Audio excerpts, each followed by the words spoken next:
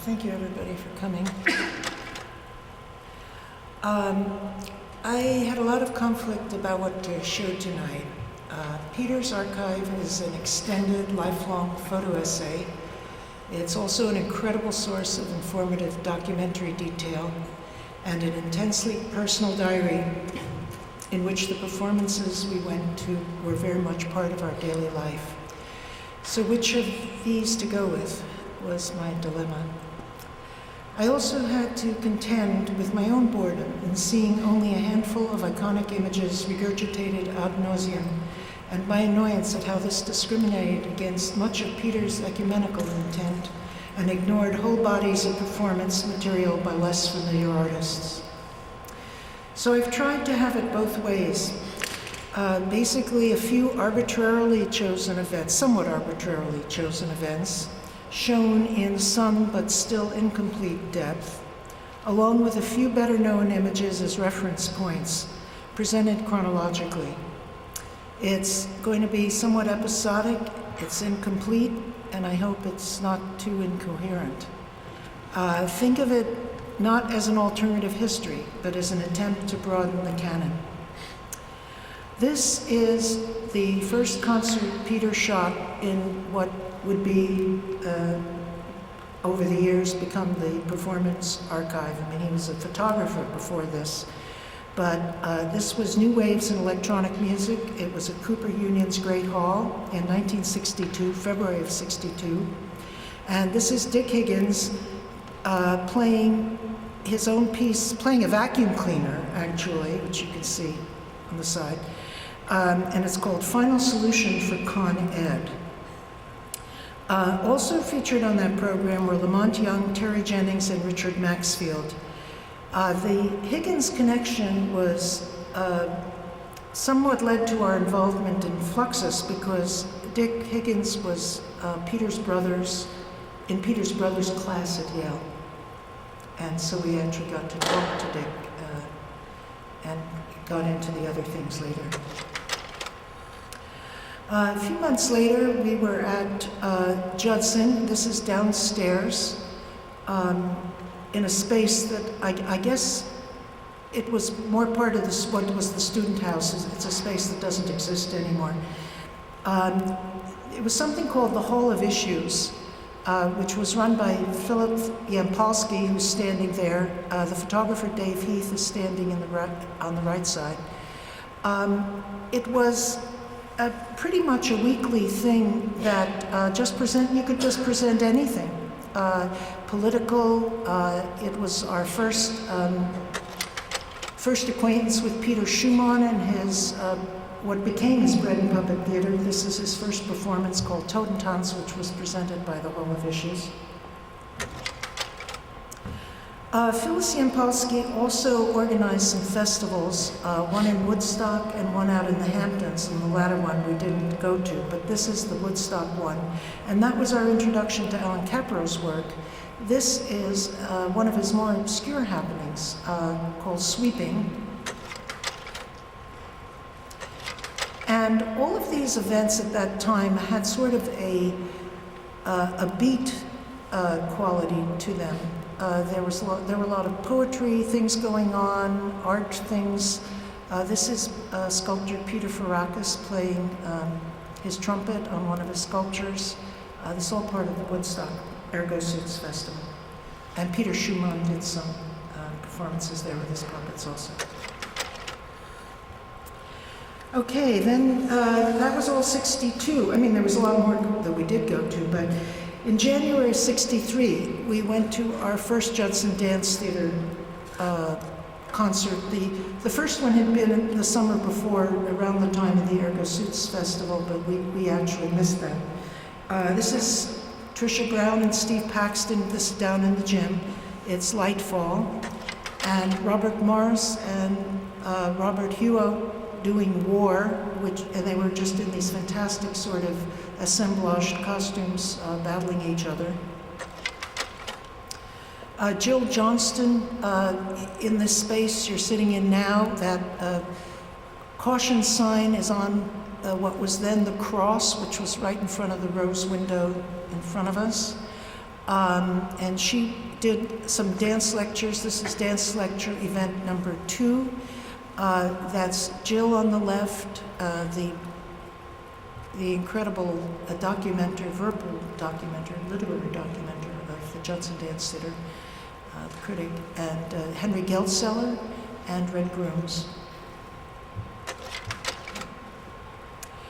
This is Julian Beck and Judith Molina at a place called The Center. This is also in early 1963, March. They were not so much discussing the living theater as their pacifist beliefs and things like that. And this is Judith and Julian. There was a little hole in the wall up near Columbia University called Captain Steve's Friendly Art Store, which had some seminal multimedia events, actually. And you can see it's a really tiny little space upstairs, up some stairs. The last lecture I gave, I spent some time discussing Robert's Blossom's film stage, in which he worked a lot with his wife, Beverly Blossom, who was then Beverly Schmidt. And I'm not going to be showing many Judson dance pictures because I covered so much of it last time, but this is another film stage piece of Robert's Blossom's. That's a hired actor, I believe. I don't know what the text is. I don't remember what he was reading. And it was with slides by Mario Joran and done in a sort of primitive way, just like I'm doing it now. Just slides on a screen, basically. Nothing fancy, but it was very effective. About this time, March 1963, there was a space rented by Robert Whitman and Walter de Maria at 9 Great Jones Street, where they showed films by Joseph Cornell and others, did performances, exhibitions, and was also our introduction to Whitman's performances as well as Cornell's films. This is Trisha Brown in Flower. There were several proto-Fluxus events around this time. Fluxus hadn't yet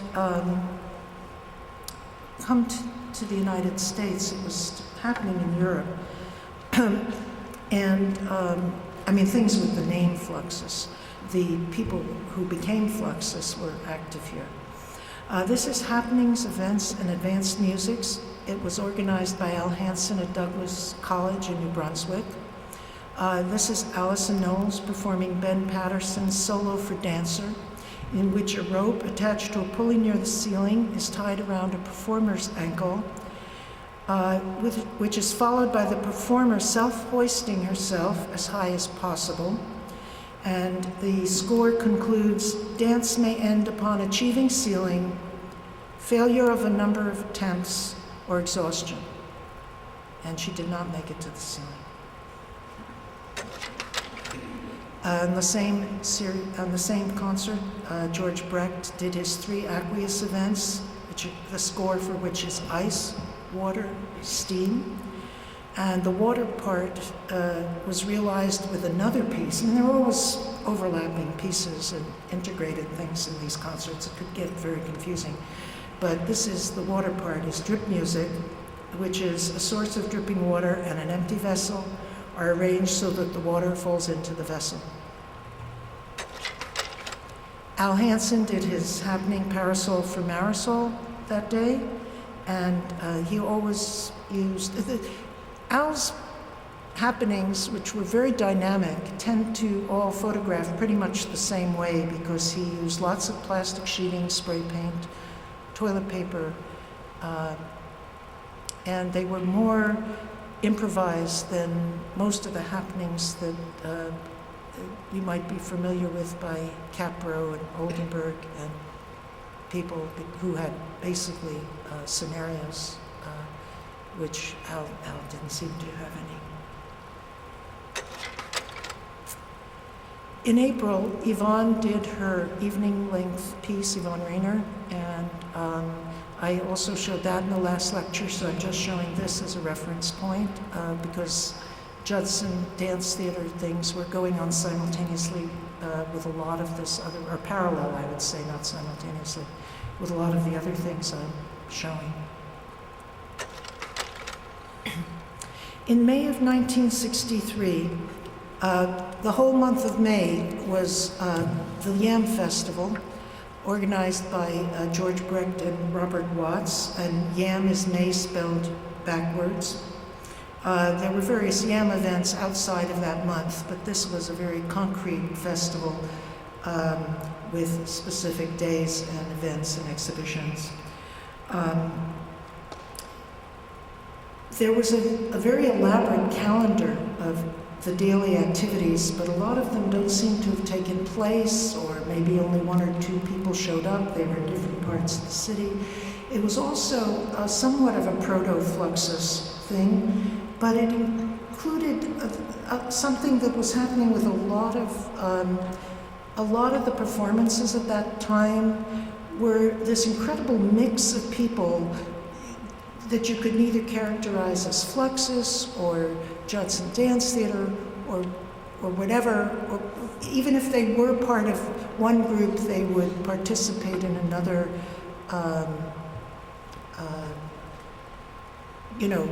kind of event. And for example, some of the things on the calendar for this are the Billy Linick show. Billy Linick, of course, ended up being the famous photographer for Warhol. And the Billy Linick show featured works by Lamont Young, James Waring, Remy Charlotte, and others, and was characterized as disappearing into the neighborhood, which indicates that it may not have really happened. It may have been a conceptual piece. There were several pieces in the calendar, but not, I don't believe, very much in the actual performances by members of the Once group, Mary Ashley, Robert Ashley, and Bob Sheff. There were haircuts, a necktie day, a balloon day, a ping pong tournament, which was on the roof of Jill Cornbly's Madison Avenue Gallery, and there was a final thing of a panel concussion. This is the Yam Hat Sale, which took place also at an Upper East Side gallery, a small one called the Smolin Gallery, because a lot of the Yam Festival was sponsored by the Smolins. This is Joe Jones's hat of a vibrating cook pot. Wolf Ostell in an impromptu shaving cream hat, and Iris Smolin, the co-owner of the gallery, and Al Hansen and Wolf Ostell trying on different hats. On May 11th, there was Yam Day at the Hardware Poets Theater, which was a very much off Broadway theater. It was over a hardware store in West 54th Street and run by Jerry and Elaine Blodow. Yam Day was an endless and continuous program of performance beginning about noon on Saturday through evening and Sunday. Another proto-Fluxus event, there was a notice on the program that some scores were performed by arrangement with Fluxus. The various performances over the 2 days included George Brecht, Robert Breer Films, music by Earl Brown, John Cage, Phil Corner, Barney Childs, Terry Jennings, a film by Red Grooms and Rudy Burkhart, something by Gary Keane, who's a sculptor, Bob Morris, Yvonne Rayner, Dieter Rode, Christian Wolf, Emmett Williams, and Lamont Young, and plus a lot of other stuff. It was very eclectic, and most works were performed by their composer and creators. This is Tricia Brown improvising to Jackson McLow's Nuclei for Simone Forti. Here you can see the audience, and if you look over on the left side there, that's Andy Warhol. The front is Dick Higgins on the right. Everybody went to everybody else's performances is really what it was about. There were no strong divisions in many cases. I always felt that people were united more by what they were against, which meaning the previous generation's work, than what they were for. I'm sorry, I guess I wasn't very clear, but basically people were just trying new things of all different kinds, and I think a lot of the separations of these different groups and attitudes happened somewhat later. One of the major pieces done that day was Robin Page's solo for guitar, which took the audience out of the theater, down the stairs, going out the front door onto 54th Street, going along, they were on West 54th, this is 53rd, going towards MoMA, still kicking the guitar. There was one person kicking the guitar, performing the piece. Everybody else was just following behind. And down the street and back to 54th Street, where the program continued indoors. A week later, there was a day-long event at George and Helen Siegel's place in South Brunswick, New Jersey. The day was called Siegel's Farm, and this is still all part of the AMP Festival in May. Tricia Brown and Yvonne Rayner improvised on the roof of the chicken coop.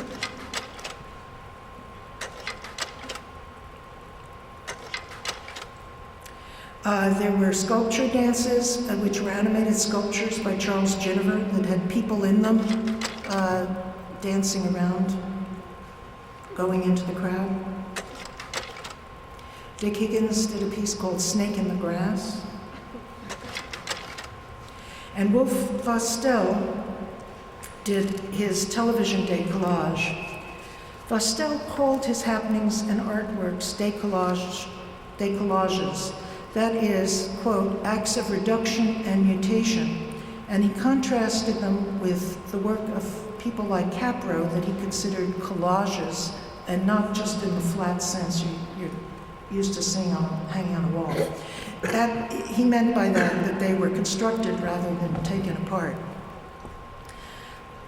In his television décollage, he dressed the TV, barbed wire, and assorted other things.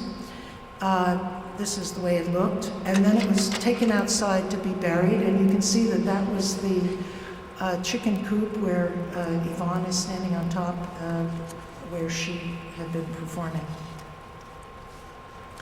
Alan Capro, on the same day, did a happening called Tree, and this is Lamont Young, who played the character of the jazz man. As I said before, Capro's happenings had scenarios. They were not totally improvised at all, and so he even had characters in them quite often. Tree was a kind of war game, he called it, which is neither quite won or lost. He also stated that there were to be only participants, no spectators. He did make an allowance for Peter and a couple of other photographers, but he wanted everybody to take part. The main elements were the jazz man and a tree man who was leading a moving forest of people, which was an obvious Macbeth reference of Birnam Wood coming to Dunsany. And there's Capro close up. And there were people in cars and various other elements. Another event on the same day, this was a really amazing day. It was full of incredible stuff. This is Lamont Young in a group performing in the tall grass. I believe it was, as I remember, it was one of his early drone pieces, and there's one in B flat or B sharp. I think that was it. There's no record that I know of. Lamont may have a record of it, but there's no other written record that I know of. Anyway, this is closer up with Lamont, and there he is.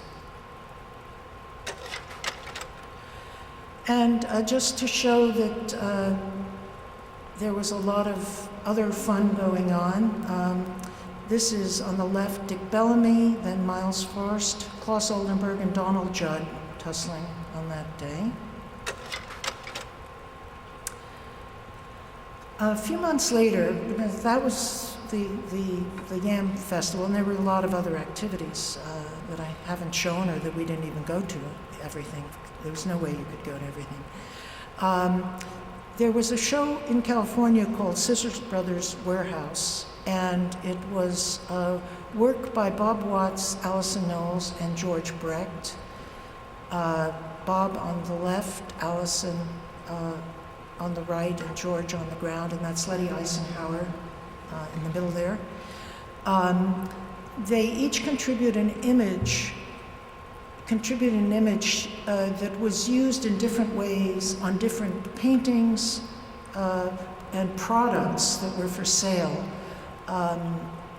It's commonly known as the Blink Show. The word blink was George Brecht's contribution.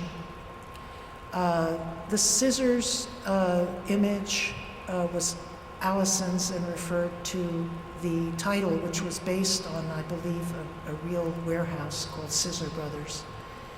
And the other image was by Bob Watts. And they put these all over clothing, and Letty's in the picture because she used to model the clothes. Clothing, paintings, that's a scarf they're holding. This is like a publicity picture for that show. This was shot in New York, but the show itself was in California.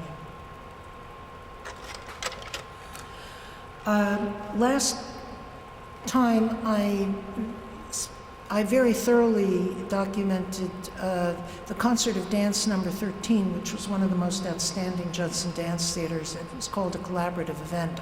Once again, this is just as a reference point of where we are in time here.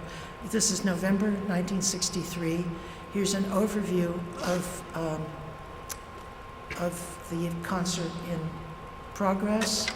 And there was also Charles Ross's phenomenal chair sculpture in this room. And there's the balcony. You can see the railing of the balcony in back of him. There was this sculpture of chairs just stacked up halfway to the ceiling. And the dancers collaborated with various sculptural elements he had in the space. And actually, a lot of these things are happening just days apart. We were at the Green Gallery, and James Lee Byers was doing an event there. And this was described by Yvonne Rainer in a piece she performed and wrote called Some Thoughts on Improvisation for the painter James Lee Byers. There is an aisle completely surrounding the platform of boxes, an aisle between the platform and the people standing against the wall. There's all this slow stuff, two people unrolling scrolls over the platform. One has a bird's egg head, and I'll go back to this to show you that's Byers on the left with the bird's egg head. And the other has an original Balenciaga. The scrolls are made out of white paper, mostly. The boxes are a snowy field. The walls rise white and flat. His bird's egg head gleams whitely. Her cameo face is placid. Early the next year, in January of '64, Alan Capro did an environment in an old brewery, actually a series of brewery caves up in the South Bronx. Now, environment is used, the term is used by Capro as what we would now call installation art. It had nothing to do with anything ecological. And Capro had said, we must begin to consider the environment itself as an art form. So he would either find a very striking place in which to present something which the participants would become engaged in or wander through, or sometimes he constructed the environments and transformed some simpler spaces. This is also from Eat.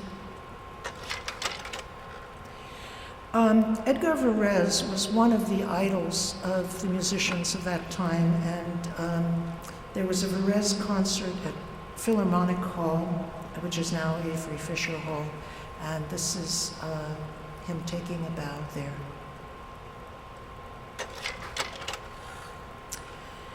In April and May of '64, the series of Fluxus concerts identified as Fluxus, took place in the first Flux Shop and Flux Hall at 359 Canal Street. They were weekly concerts, usually Friday and Saturday. One went up dark stairs, papered with handprints for George Brecht's piece, Direction. Then one encountered George Maciunas' doorbells, which, depending on which bulbs you pushed or strings you pulled, might make sounds or squirt water in your face.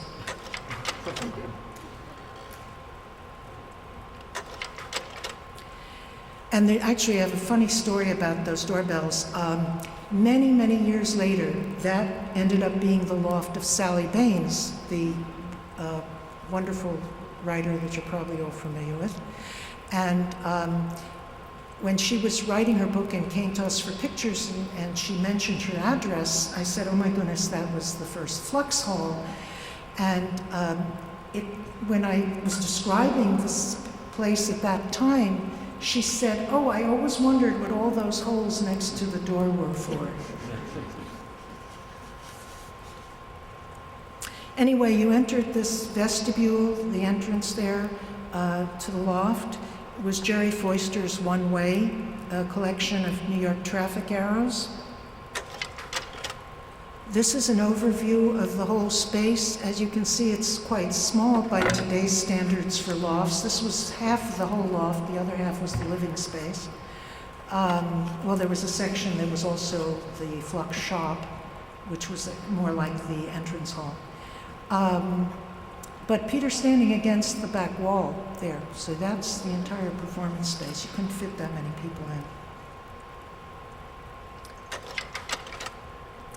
This is George Maciunas performing Namjoon Paik's One for Violin solo. Paik was not yet in the United States, so when his pieces were performed at this time, they were always being done by other people. And George raised the violin very slowly over his head, very steadily and slowly. You can see his concentration there. And then it's smashed down and broken on the floor, very suddenly. There was a lot of structure, really, to those evenings. Sometimes focus was on one particular event or series of things that were tied together by a theme. This evening was totally devoted to Takahisa Kasugi's theater music, for which the score is Keep Walking Intently. That's the whole score.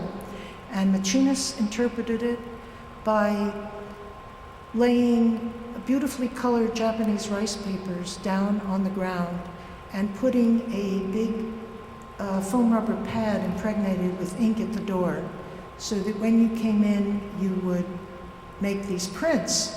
And he would remove the top layer, and then another layer of prints would be made. And later on, these were folded up and put into one of the inserts demonstrating that piece in particular in the anthology Fluxus I, which is one of the very famous Fluxus books, the first big one, really. Another evening was a piano concert in which an already junked piano that had been hoisted up the narrow stairs was successively mistreated until it was totally destroyed. Each piece managed to do something else that would make it less functional. This is Dick Higgins performing one of Maciunas' piano compositions for Namjoon Paik, which is painting the piano. And this was followed by Maciunas himself performing another one of his Namjoon Paik tributes, in which he hammered down all the keys. This is Dick Higgins performing a rainbow piece by I.O., which was these giant bubbles.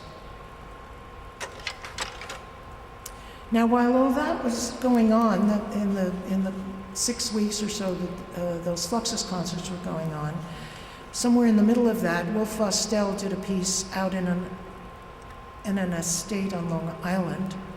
It was a happening called You. There was a TV installation on the porch, and as you saw from that other television day collage that Vostell did, he was experimenting with different forms of using the television. This is like early video art. There were no porta-packs or artists' videos per se yet. People did things with the set. They manipulated what was coming out, the regular programs, and you see a little bit of that here.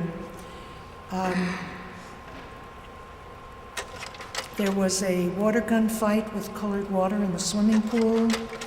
The participants crawled or walked to the tennis court. A woman, Letty Eisenhower, who you saw before at the Blink show, wrapped in gauze on a trampoline.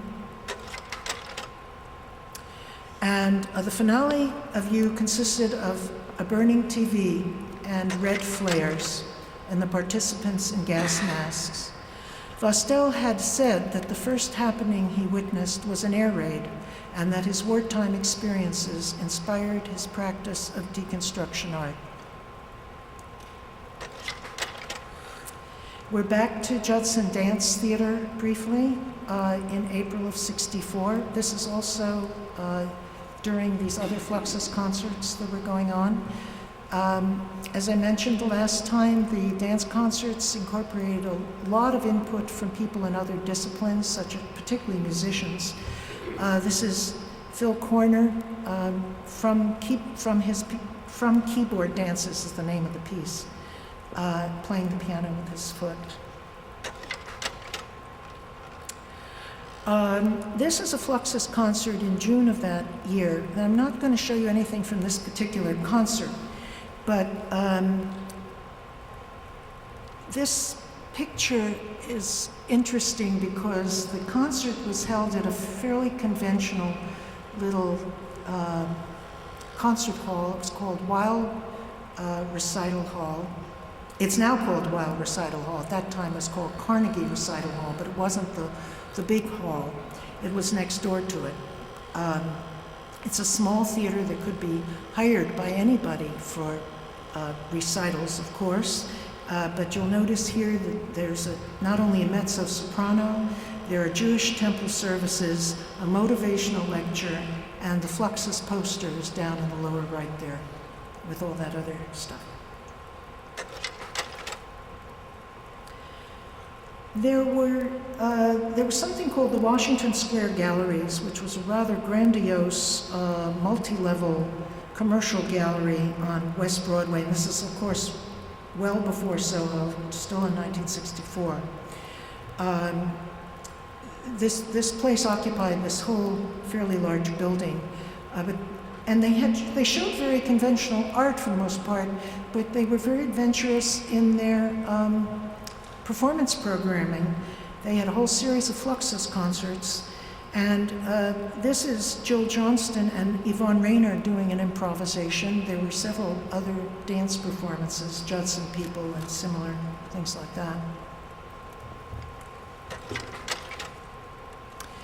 Nam June Paik came to the United States in June of 1964. And very shortly thereafter, he met Charlotte Moorman, and this is the first time they were photographed together. It's basically a publicity shot for Charlotte's upcoming avant-garde festival. She did 15 avant-garde festivals from 1963 to 1980, and this was going to be the second one. They're in the studio, and that's Nam June's robot K456 that they're pictured with.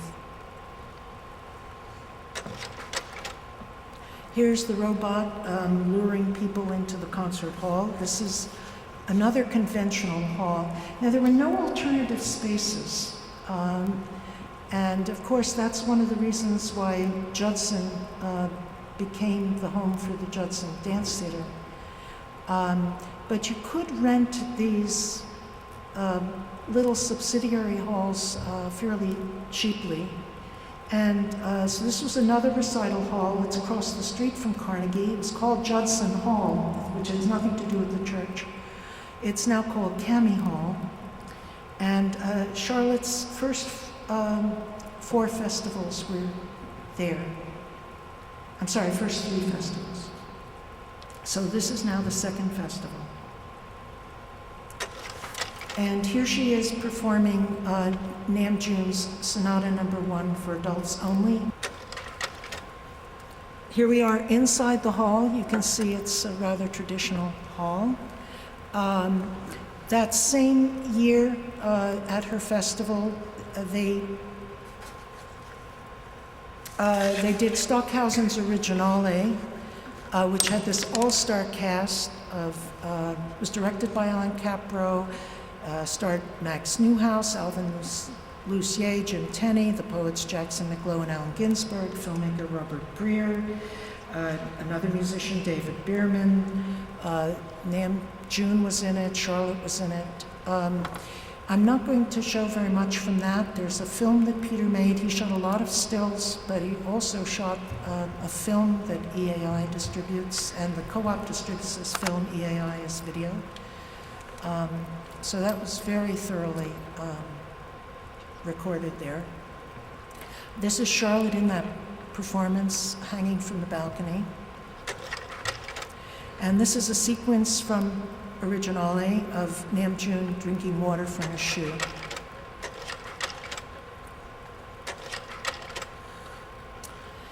In November of '64, Carolee Schneemann did her famous piece, Meet Joy, which I also covered somewhat the last time. This is simply an overview of that. A few days later, Lamont Young and Marion Zazila performed at the Pocket Theater. In January 1965, Lucinda Childs did her piece called Geranium at Al Leslie's loft on 23rd Street. And here's Lucinda in the performance. And in the same evening, Al Leslie showed a film, and this is the way another loft looked at that period. That's Al Leslie with the projector up on that 2nd level there, and a small audience.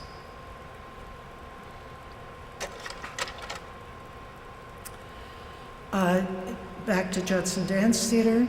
In March of '65, Yvonne Rainer and Bob Morris did a couple of evenings. This is Morris's Waterman's Switch, and the church practically got thrown out of the American Baptist Convention over the scandal created by this piece. Yvonne also did parts of some sextets, which became another famous piece that we saw several times with the mattresses. Most of these are, that was the floor in those days, this tile, linoleum tile or something, and these are shot mostly from the balcony back of us.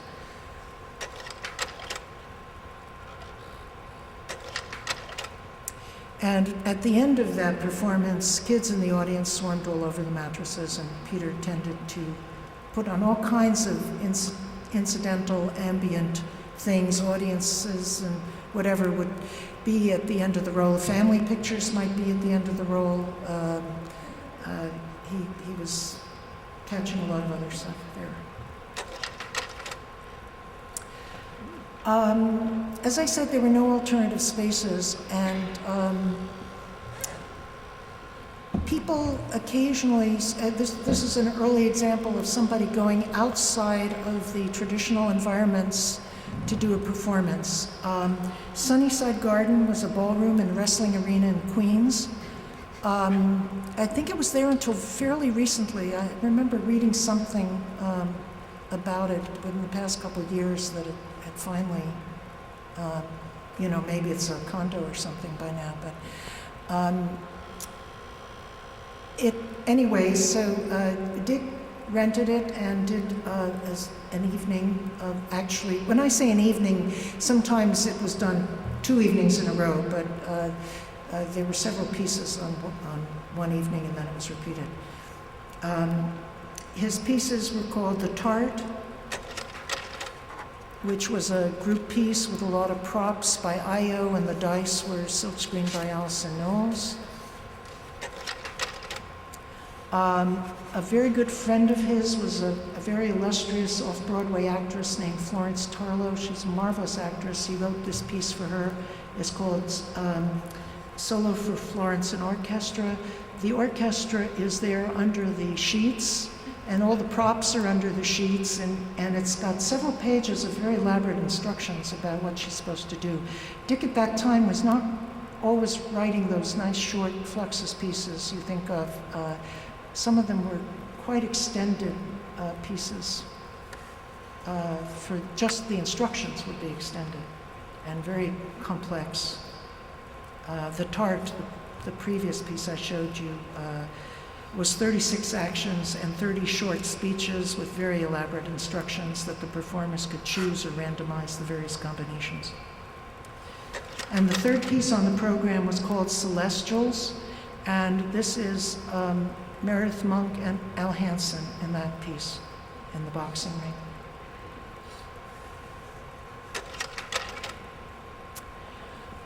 A good friend to many artists and somebody who's been very sadly neglected was Ken Dewey.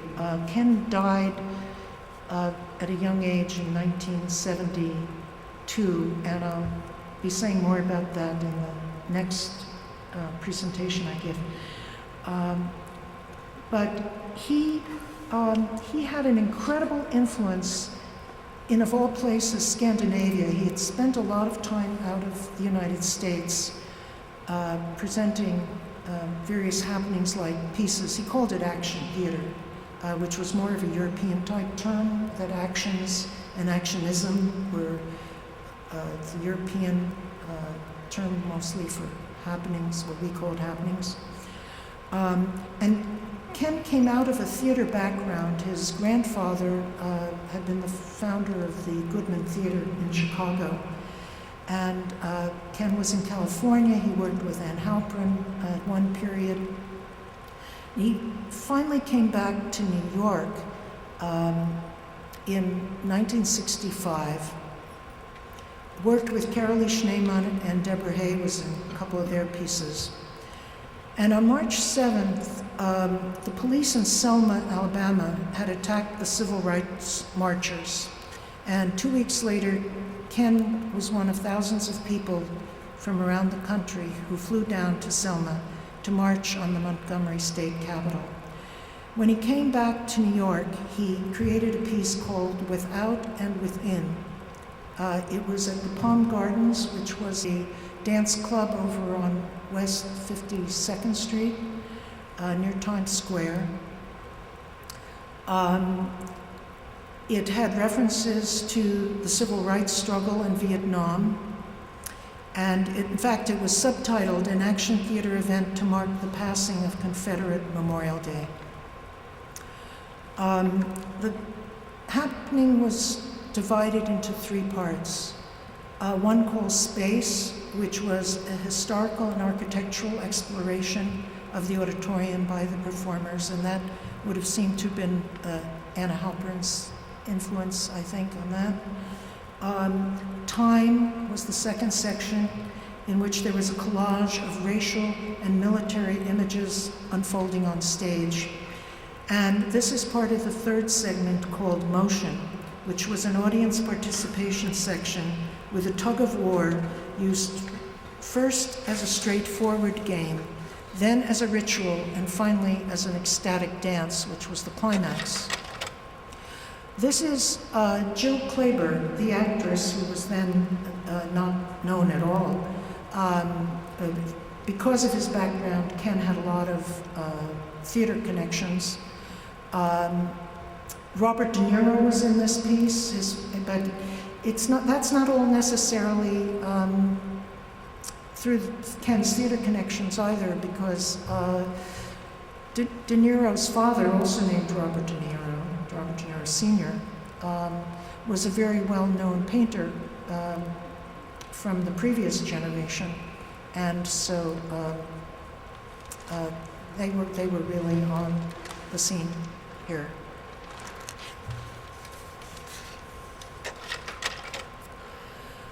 I guess everything about the 60s has to have its Warhol pictures. This was an evening when we thought we were going to a film screening, and it did end up being that. But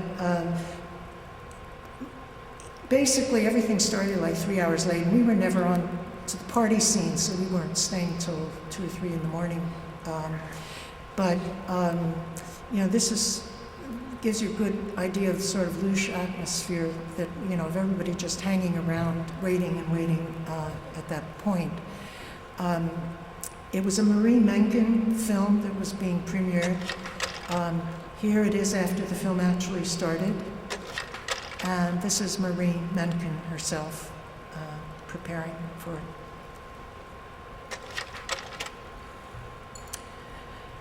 In the summer of '65, and I think for at least one other summer, there was something called the Sundance Festival, and this had nothing to do with what we know as Sundance today. This was a festival down in Upper Black Eddy, Pennsylvania, that was hosted by the Zuckerman of Zuckerman Harpsichords, who had a country place down there. And this particular weekend was John Cage and Merce Cunningham. This is John Cage performing 0 minutes, 00 seconds, and I believe that allows you to set the number of minutes and seconds that you want. It was a piece where he would drink a glass of water, he would light a cigarette, and all of this was relayed with contact microphones.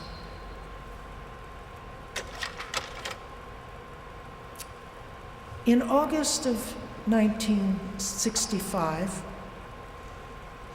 Alan Capro performed the piece, or created the piece called Calling.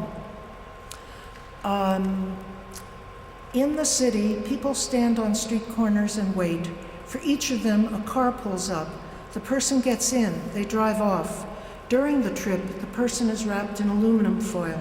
The car is parked at a meter someplace, is left there locked, the silver person sitting motionless in the front seat.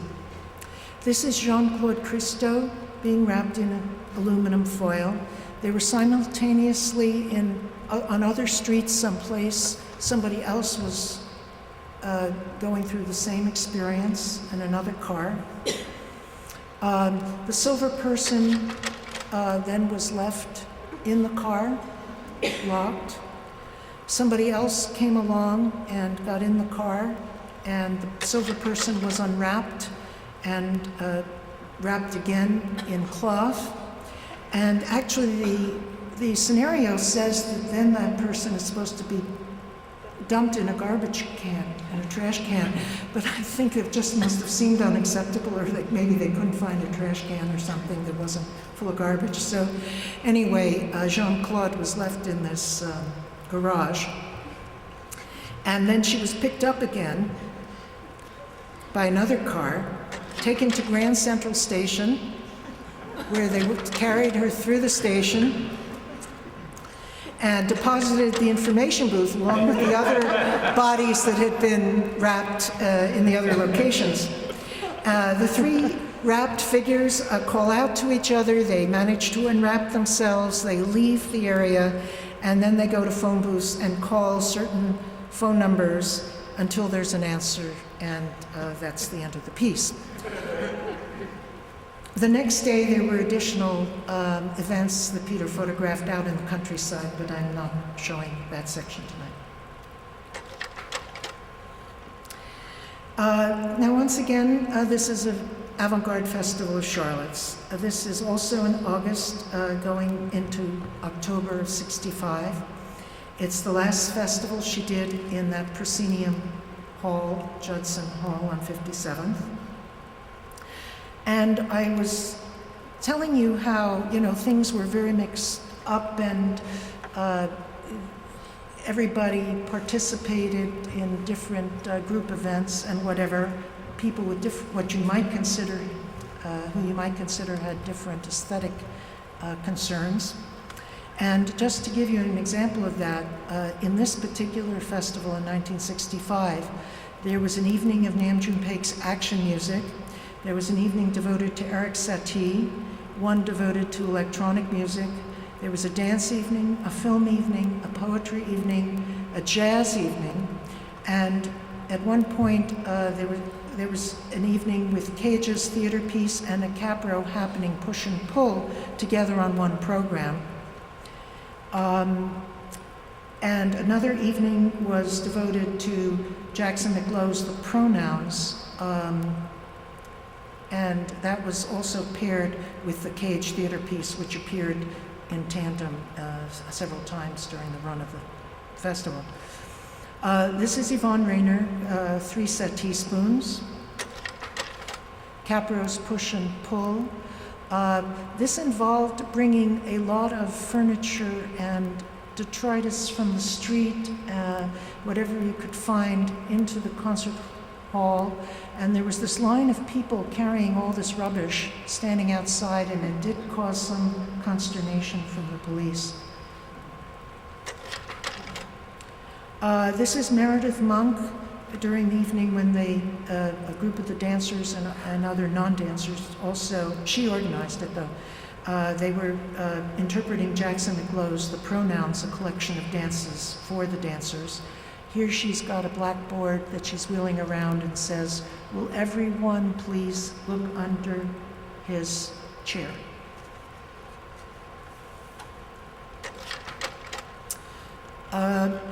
Within the same period, Yoko Ono did a piece called Morning Piece, which was on the roof of a building on Christopher Street. And she was selling mornings, which were really pieces of ocean-washed glass that had been washed up on a beach and were very smooth and quite beautiful. They're lined up in that grid on the table.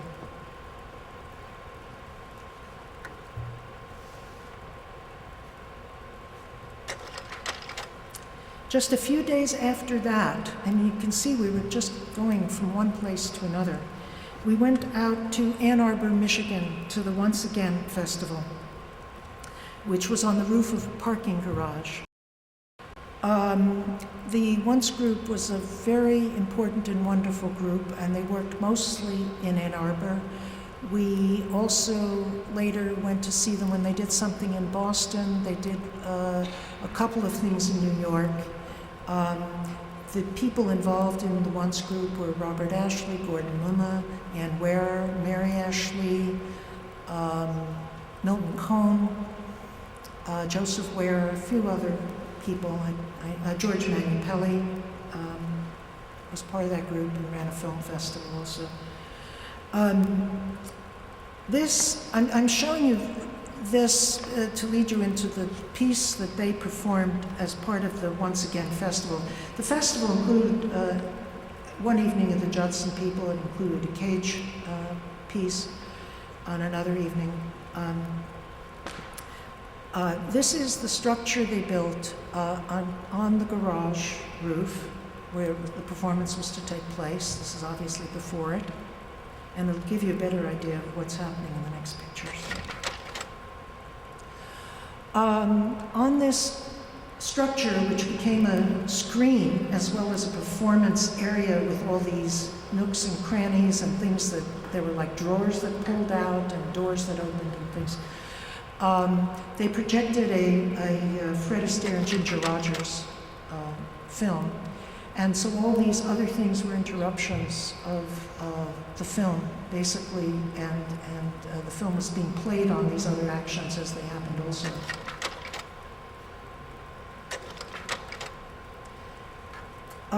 At the same Once Again Festival, Robert Rauschenberg did his piece Spring Training. and this is Bob in that piece, still on the garage rooftop. And one section of that piece, I think it was the finale, there were all these turtles and they had flashlights strapped to their backs. And so you can see the relationship of the audience to the turtles.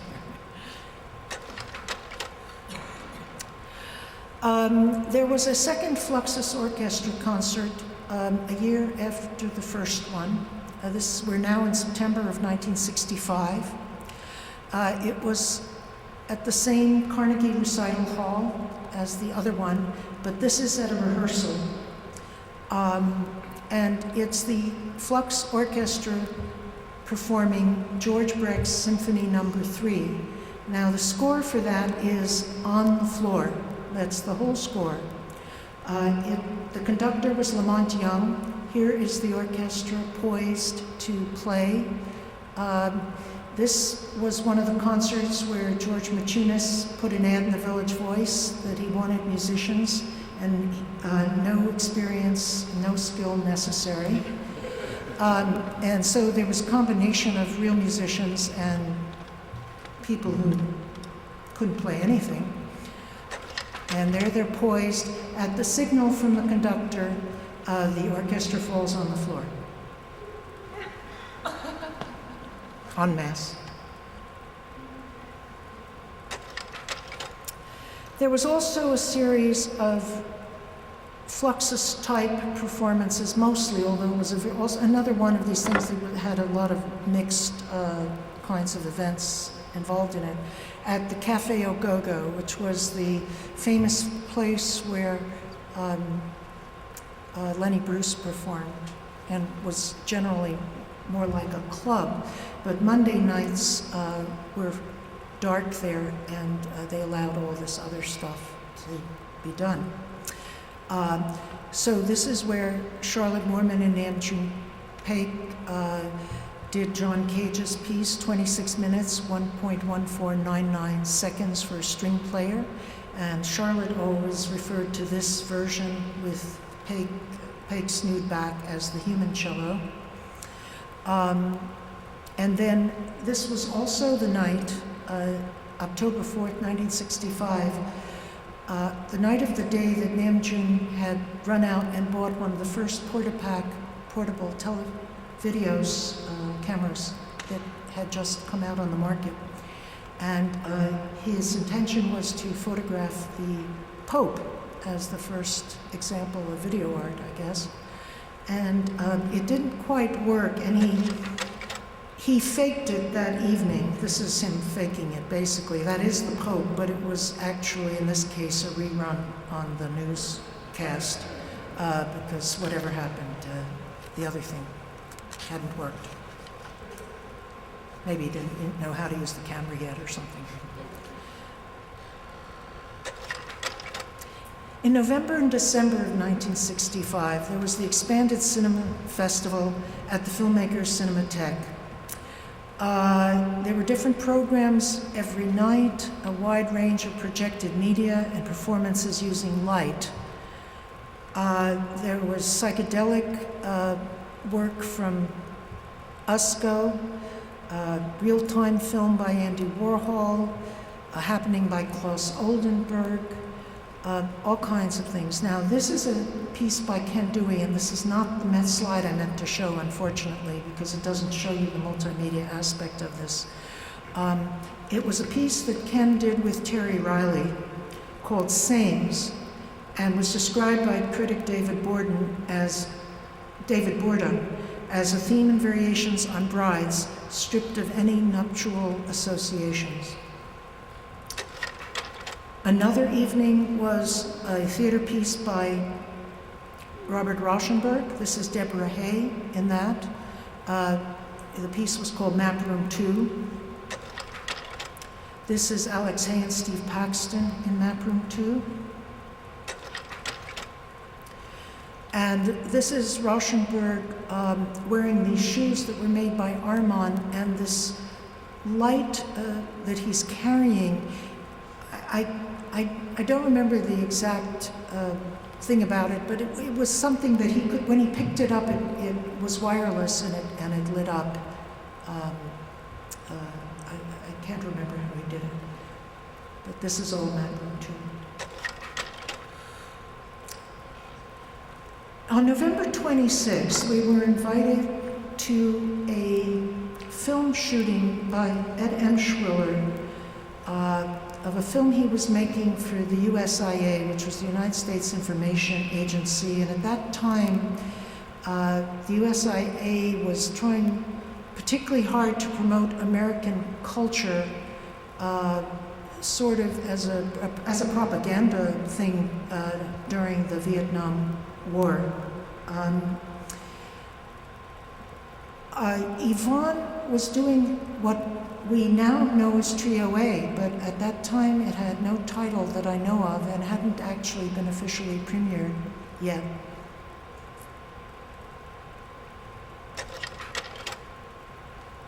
Now this is actually a rehearsal, but it is the first time Trio A was publicly done in this performance, although she's not doing it as a trio, it's a solo. This was in January of '66 when Yvonne, Steve Paxton, and David Gordon did a concert here at the church. And we'd be facing the other way where that curtain was, which you see in a lot of those old pictures. The seats were facing the balcony. In this rehearsal, this dog wandered in, so I don't know whose dog that is. But even now, this wasn't called Trio A yet. It was the first version of The Mind is a Muscle, which included this piece that later became famous under that name. The title, The Mind is a Muscle, Yvonne has said that the title was, quote, about the life of the dancer, a life of work, dedication of the mind, requiring the same kind of daily work and stimulation as the dancer's muscle, unquote. On that same concert, Steve Paxton's Proxy, this is on the left, Tricia being held by Robert Rauschenberg, and Lucinda being held by Robert Rauschenberg and Tricia on the right. And here, Lucinda's holding Bob Rauschenberg and Tricia's still standing on the right. And this is the same group of people in that piece. Lamont and Marion in Larry Poons's loft in February of '66. At this time, they were performing with Terry Riley. From the left, the figures that you can see are Lamont, Marion, Terry Riley, and the one on the right playing the violin is Tony Conrad.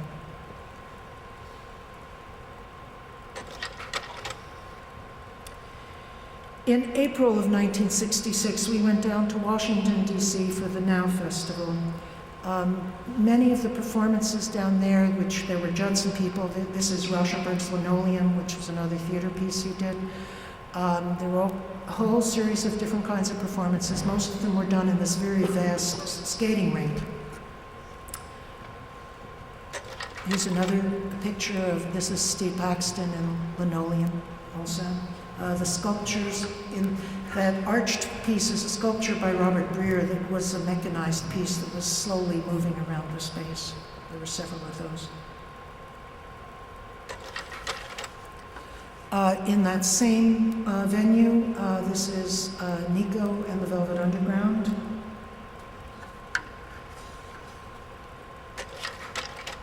And this is the very elaborate space was the Pan American Union. And this is John Cage and David Tudor performing Cage's Variation 6.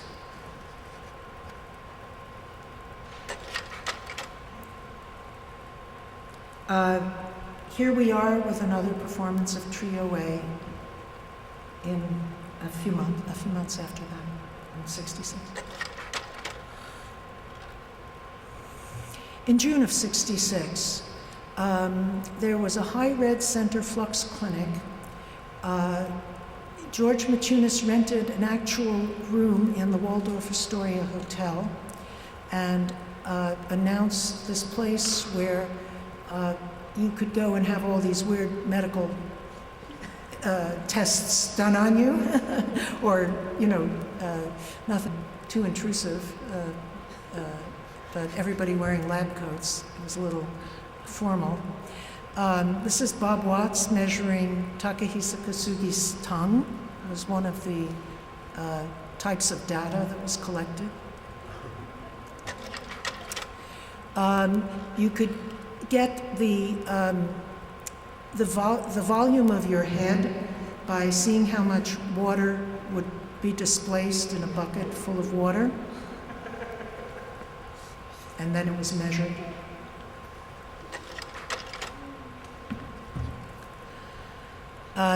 About 10 days later, this is a concert of Eric Satie's Vexations.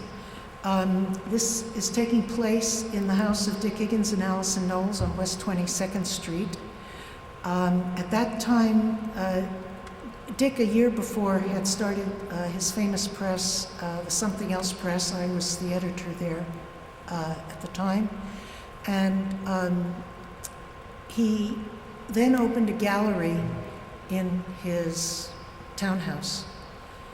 And he occasionally did events there as well, in parallel with the Something Else Press. And it was called the Something Else Gallery. This concert started at 5:30 on a Saturday with a series of different performances of Eric Satie pieces. And at midnight, it became just a performance of Vexations, and a relay team of pianists played it until 6 o'clock the next day. Vexations is a phrase for the piano that is repeated 840 times. And so you have to keep track of the number of times, of course. That was Jackson. I don't remember if I said that was Jackson McLough playing in the previous picture. Here's some of the audience that's apparently stayed for the full 24 hours. That's Emmett Williams up front there. And while this was going on, Max Neuhaus set himself up in the Higgins bathroom and created his simultaneous event called Byproduct, in which he made small tape loops of sounds extracted from the concert and packaged them as multiples, which were given to the audience to take away, and you even got a little mailing envelope if you want to send one to a friend.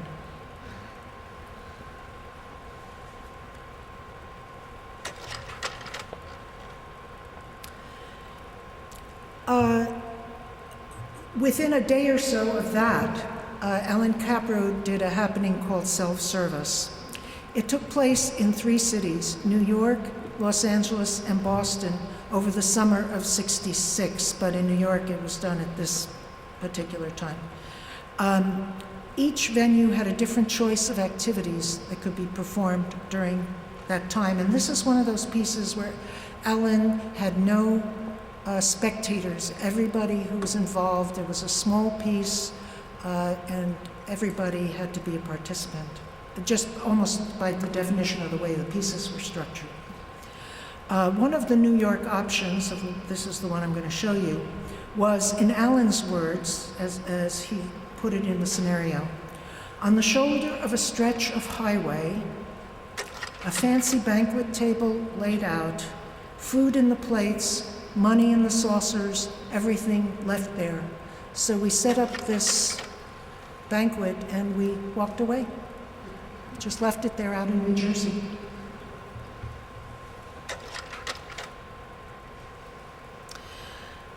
That summer, Lamont and Marion gave a concert out in Amagansett.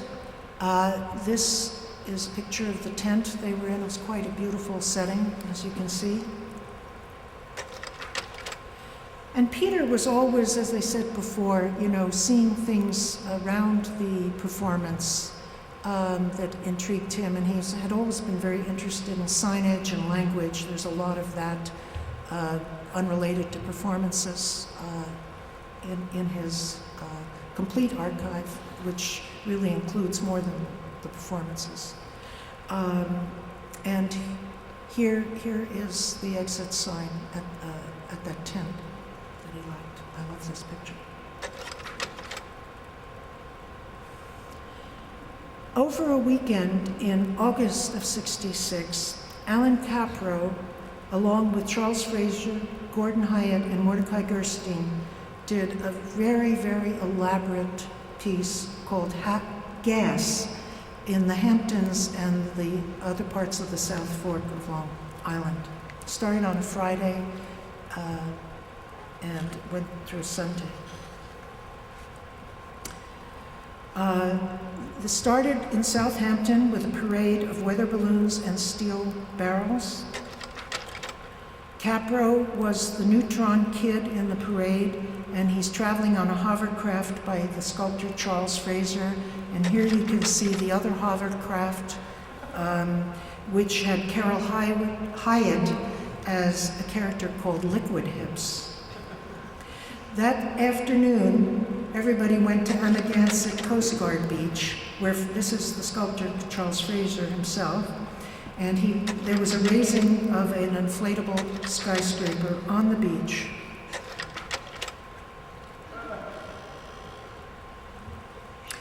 I believe that there were also skydivers and a blimp that day.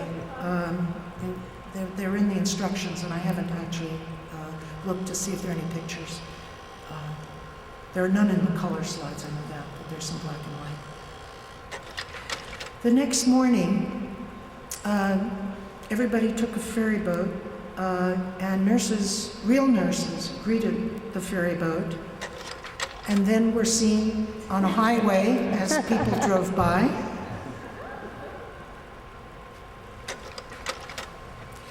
And this is still part of Gas. In the afternoon on that day, firefighting foam cascaded down the Montauk Bluffs, meeting the foam of the sea and being walked through. That's Capro in the front. On the third day, we went to the dump in Springs. More firefighting foam. And here's Capro in the foam there.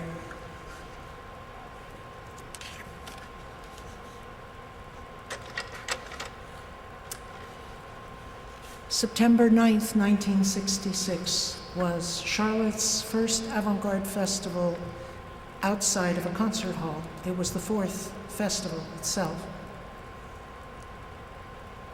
That was Al Hanson's Pigeons Eating Art. And this is the first performance of one of Charlotte's signature pieces, Joseph Beuys's Infiltration Homogen for cello. And here she's helped by Takahisa Kasugi. And this was a little bit of a unauthorized performance, this first performance, although it later became very much an authorized piece. But I'm not going to get into that story here. A little too complicated. That October, there was the famous 9 Evenings Theater and Engineering at the 69th Regiment Armory on 26th Street. I'm only going to show you a couple of slides from that. There's a huge amount of black and white that Peter shot, and Catherine Morris did a marvelous show that traveled around outside of New York, unfortunately. But there's a very good catalog for it. She unearthed incredible things, and there were other photographers there too, so you can find out a lot about it. But this is Steve Paxton's piece called Physical Things. It was a giant inflatable that you could walk through, and there were exhibits and events going on inside. This is Alex Hayes' Grass Field, which is another early example of artist video. Alex's face live on this giant video in the background, and the sound was the amplification of his heartbeat. Merce Cunningham and Carolyn Brown in Night Wandering in a concert in December of '66. I think it was at Hunter. In early 1967, Allison Knowles created something called the Big Book. This was shown at the Something Else Gallery. It was a room-sized book, as you can see. Those pages, so I put pages in quotes because they weren't just flat like in a regular book, but they swiveled on a central cord as you could open and close them. They had little doors and things in them. This is Allison crawling through it. You could go from one room. They were rooms. Each double spread was a room, basically, and it even had a kitchen.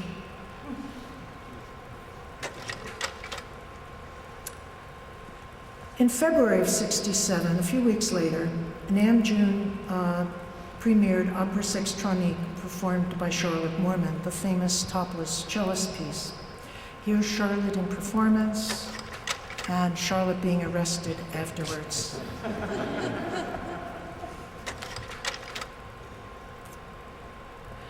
There was a wonderful series of lectures up at the 92nd Street Y. It was a series that included Norman O. Brown, Buckminster Fuller, Marshall McLuhan, other people, all really spectacular speakers and inspirational thinkers.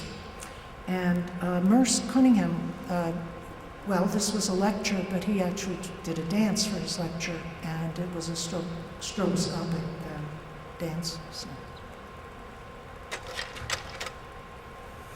Otto Pina, The Proliferation of the Sun, done at a little theater, the Gate Theater on 2nd Avenue at 10th Street.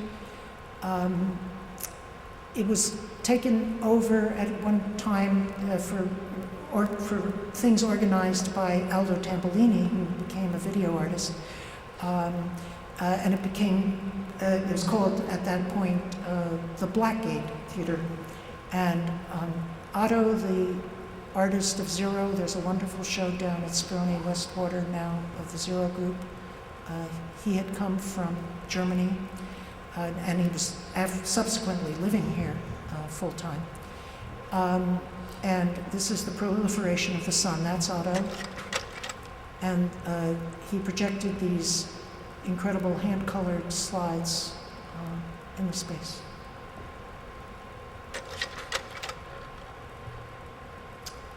April '67, we went up to Hartford, Connecticut, and Anna Halpern's company performed in the very classical courtyard at the Wadsworth Athenaeum.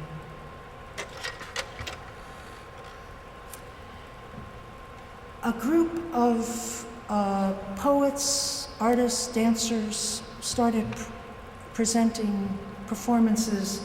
They would be called Spring Gallery Concert, Fall Gallery Concert, and eventually there were other things that came out of the people in that group. This is Trisha Brown's Skunk Cabbage, Saltgrass, and Waiters. And this is Elaine Sturdivant's study for Yvonne Rayner's Three Seascapes. And Elaine Sturdivant has always done these pastiches of other people's work. And it was very controversial. And at the time she was working to perform Yvonne's Three Seascapes, it wasn't customary for people other than the original choreographer to be doing these pieces.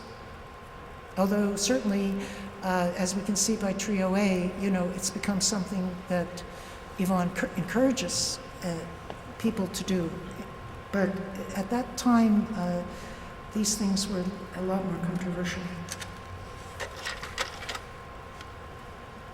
Max Newhouse,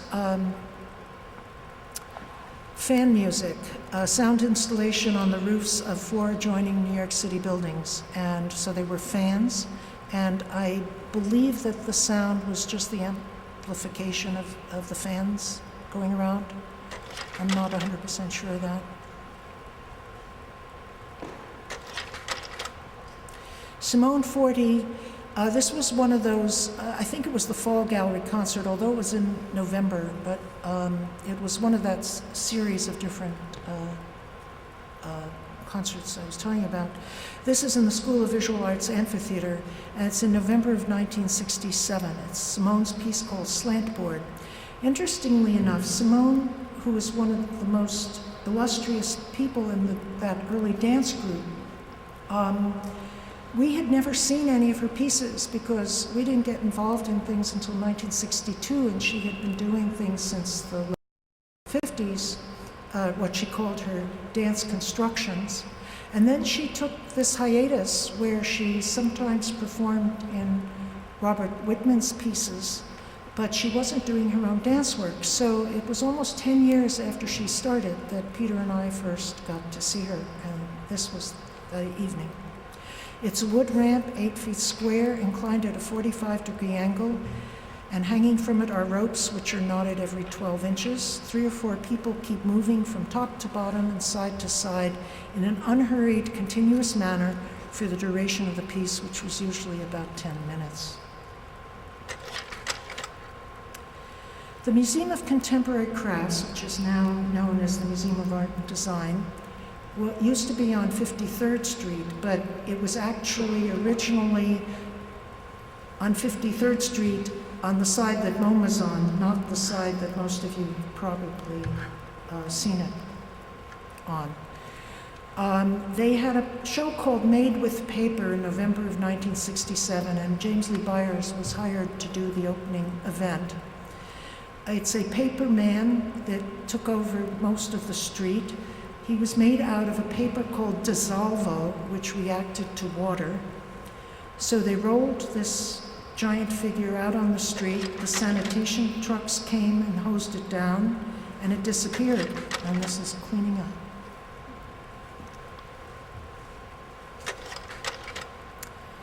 Back at the School of Visual Arts for another in that series, the same series Simone did her performances in. This is Robert Rauschenberg's Urban Round, and I think that was his last performance piece. A few days later, Elaine Sturdivant did her take on the Duchamp, and I believe it was Eric Satie piece, called Relâche, that had been done in the earlier part of the century. However, her interpretation involved the meaning of the word relâche, which means closing or interrupted, and so we all arrived at the School of Visual Arts and found it locked with this sign. And Duchamp was there also. Peter went out to Chicago about the same time to work with Alan Capro, photographing a piece Alan did for the Museum of Contemporary Art called Moving. It was a 4-day happening in which each day a different kind of room was furnished. And actually there were several houses that this was going on in simultaneously also. It's another one where everybody was a participant, basically. So one day they furnished the bedrooms, one day they furnished the dining rooms, etc. And each day the activities appropriate to the kind of room being furnished that day were that kind of activity took place. The first day the bedrooms were slept in, the second day meals were eaten in the dining rooms, etc. This is at the furniture store, or maybe a thrift shop, I think. And there's Alan selecting furniture, wheeling it through the streets. And of course, Peter was there the whole time documenting all the aspects of there's more wheeling through the streets of Chicago. This is a studio shoot of Rémi Charlotte's piece, Meditations.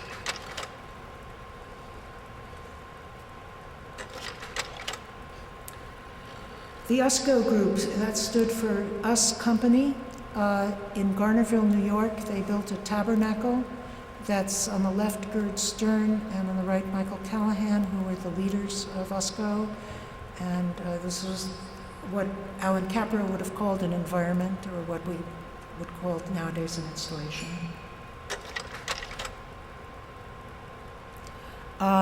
This is the preview to the Destruction and Art Symposium that took place in the church. This is also downstairs in a room. I'm not going to get into the different events for that, but this was the opening where everybody assembled, and that's Herman Nitsch on the left, Lil Picard with her head wrapped, Al Hansen, Ralph Ortiz, Charlotte Moorman, and Jeff Hendricks is back there. These were all participants in that. Yvonne Rainer's The Mind is a Muscle had its full-length form shown at a regular proscenium theater called the Anderson Theater, uptown, in April of '68. And this is just one section of it. It's called Horses, in which a group of dancers run steadily and switch directions, frequently accompanied by the sound of galloping horses. And there's a projected photograph of gazelles in the African savanna and a neon tube. And Peter has shots of every sequence basically from this, and there's actually a whole book that After All published devoted to the piece in great detail. That quite wonderful. Merce Cunningham's Walk Around Time with Jasper Jones's rendition of Marcel Duchamp's The Large Glass as the decor, and this was done at BAM, '68. Phil Glass's first concert of his own work, done at 80 Worcester Street, which was the Filmmaker Cinematheque after 41st Street, and then eventually became Anthology Film Archives. That's Steve Reich performing with him. At that time, Steve was performing with Phil's group. Well, Phil didn't actually even have a group for this concert, I don't think. Simone gave a performance in an office building on Park Avenue South. This is her piece called Facetunes, which is played on a penny whistle from a score made from the outlines of profiles of faces, and a stick reaching down from the penny whistle traces the outlines of the faces as they roll by on a long sheet of paper, and that's what causes the sound. That's Richard Serra over on the right side, leaning against the wall. There was a very intriguing piece on that program. This is the outside of that room where there was a terrace, and it was also the top floor. And if you were on the inside of the room, there were these performers jumping off the roof and obviously landing on the terrace, but when you were on the inside, all you saw was these falling bodies going past the window.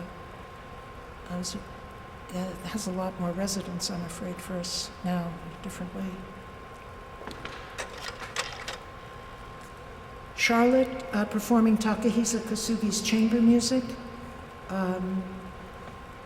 Enter into a chamber which has windows, close all the windows and doors, put out different part of the body through each window, go out from the chamber. The chamber may be made of a large cloth bag with door and windows made of zippers, and that's what Charlotte had, this bag, and she would put body parts and her cello parts out through the different zipper openings and close them up and then go to another part of the bag, and then this is as she's coming out of the bag at the end.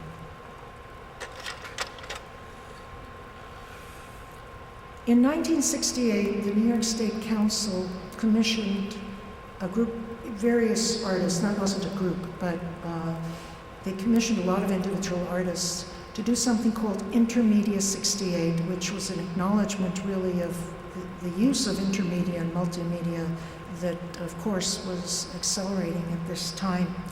And these various performances traveled around New York State, and at one point landed at BAM and were done there. This is Trisha Brown's Planes. which for many years were shown without the Judd Yalkut film, which I thought was so important to it. I think recently it's been reunited with the film. It was the first of Trisha's equipment pieces in which the dancers work against gravity with the aid of a structure or support system that allows them to give the illusion that gravity doesn't exist. There were 3 performers in this first performance: Trisha, Simone Forti, and Michelle Friedman. There was a vertical pegboard-like wall, and each of the holes had like a rubber membrane so that it sealed up when you didn't have your hand in it. The costumes were black on one side, white on the other, so that sometimes they became part of the projected image and sometimes silhouetted against them. And all these pictures were so incredible, I just had to show a lot of them. And sometimes they just faded into the background, like here. And the title Planes had to do with the fact that a lot of the film was shot from airplanes. There were aerial images. It also was the plane of that wall. And so it was a very disorienting piece, too. Charlotte's 6th annual Avant-Garde Festival was a parade down Central Park West. It was led by Charlotte performing Jim McWilliams' Sky Piece, in which she was supposed to be carried aloft by helium balloons, but she didn't get very far, as you can see. She's just sort of hovering over the crowd a little bit. This is Ken Dewey again. The stilt walker is part of his piece, and he is following behind it on a cherry picker with his light on the stilt walker. In September of '68, James Lee Byers did a mile-long strip as part of Streetworks, a series of things called Streetworks on Fifth Avenue. And in January '69, there was the fashion show poetry event at the Center for Inter-American Relations, which is now known as the Americas Society at 68th Street and Park Avenue. This was pop art. It was a real fashion show organized by the poets John Perrault, Eduardo Costa, and Hannah Wiener. And they wrote arch and mocking commentary to accompany the clothes. It actually was treated as a very serious piece and actually a serious event, and was actually featured in Vito Conci and Bernadette Mayer's 0 to 9, which was the height of conceptual publications. This is Gerard Malanga wearing a stainless steel female suit of armor by Andy Warhol. And the commentary said, "The ultimate pop solution to the question, is life a drag? Perfect for the rough chic." Deborah Hay modeling Marjorie Strider's Frame Your Own Frame dress. James Lee Byers, this is Carol Lee, in a white blindfold and white heels, as conceived by Klaus Oldenburg, who said the poets will provide her clothes. A tape recorder hanging from her shoulder played the sounds of Oldenburg's typewriter and the poet's imaginary descriptions of what she was wearing. This is James Lee Byers, The World's Biggest Hat. In April 1969, Terry Riley and David Rosenboom did an event at the Electric Circus on St. Mark's Place, one of the fabulous places for all kinds of particularly psychedelic things and dance. I guess it would be called a dance club too.